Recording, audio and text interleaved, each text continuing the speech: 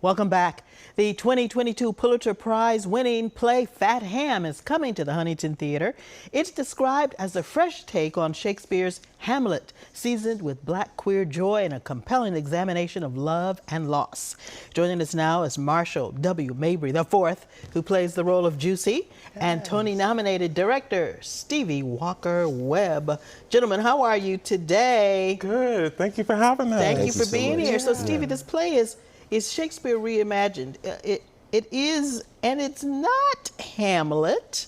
So what makes Fat Ham unique? I think what I love about it is that it's a play where if you love Shakespeare, you love the story of Hamlet, you can come and experience this Pulitzer Prize winning writing that James has mastered, and and you'll be able to enjoy all the puns and the poetry of Hamlet.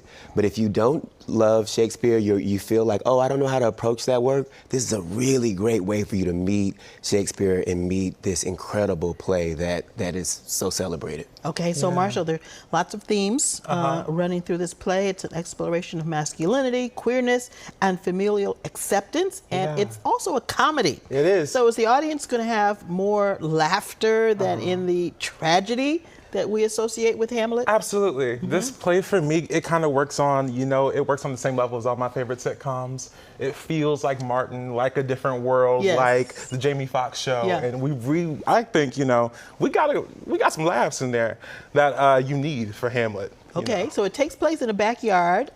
Stevie, tell us about the significance of the backyard barbecue being a part of this. So what James has done, the backyard, there's nothing more American than that. And on this particular day, and in many cases, nothing more African American. Okay, talk about it. This is very true. Okay. Yeah, and so on this particular day, Juicy's mom, Tidra, is celebrating her nuptials. She's just been married to Juicy's recently deceased father. So, and this is a wedding reception that's happening in this backyard, and everything hits the fan. Everything comes out and ruptures. As it often does. Yes, in the family barbecue. all it takes is a good rib and one drink too many, and people are ready to, to knock elbows. But the thing that makes it so exciting is that all of these characters, they all have to come to terms with who they think they are and who they want to be, and it uses humor and laughter. I tell people that it's like a Shakespearean sitcom, right? It uses humor and laughter for people to get these magnificent epiphanies, so they can evolve into something new. Now, Marshall, you play Juicy. Tell us about this character and that character's relationships with others in the play, particularly Juicy's dad. Yeah, so Juicy is a 21-year-old human resource major in college, and essentially he's a son who's grieving the loss of his father.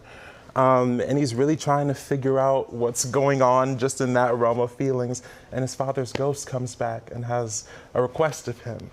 So he deals with all the things that come with that too. Yeah. So, I have to ask you, Marshall, do you relate in any way to the character of Juicy? In what ways do you see yourself maybe similar and different? Yeah. I think so much of me is sort of wrapped up in Juicy right now. Which is why it's perfect for you to play this role.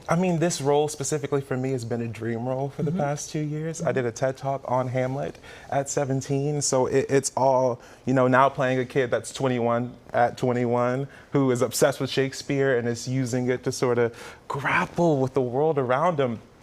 That's all I know, So Juicy is we're different, but that's my sister. We like that. Did you have aspirations to become a Shakespearean actor? I did. And still do, perhaps? For the past 2-3 years, a lot of my work has been specifically in Shakespeare that plays with the language and has influences of the diaspora that is Blackness, the joy that is Blackness, specifically in prepreration for Juicy. I get down with the Shakespeare. I like the language. What's your favorite Shakespearean work? Why would you put me on the spot? Okay. Karen, Othello. Julius Caesar, Hamlet. I think King Lear. You're a Lear person? A Midsummer Night's Dream. I like The Tempest. Okay, The Tempest. I like The Tempest. Okay. Yeah. All right. I like The Storm. And Yeah. yours? King Lear. King Lear. Love King Lear. These three daughters who, come to take power, and Lear has to confront the end of life and his legacy, and the kind of leader he was. It's just a really, really powerful political tragedy. You Stevie. have an Edmund whenever you want to do it. Okay, now Stevie, you consider yourself an activist. Yeah. Oh yeah. Yeah. And art can be a form of activism. Are the themes that we see throughout this play sending an activist message to the audience? And if so, what do you think they are? I think a part of the activism for this play is in the making of it. I think that often artists are asked to go into these dark corners of their experience and hew out something dark so that humanity can get to a new enlightened place.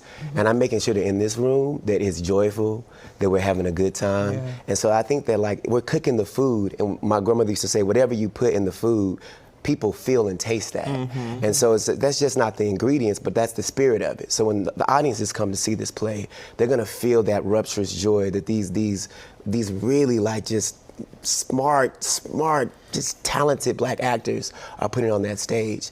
And then there's also the aspect of it, James has taken Black literature, Black pentameter, Black metric movement and culture, and lifted it up to the highest rung and said that it's literary, that our way of being and moving and speaking and thinking is literary, it's worthy of investigation, it's worthy of celebration.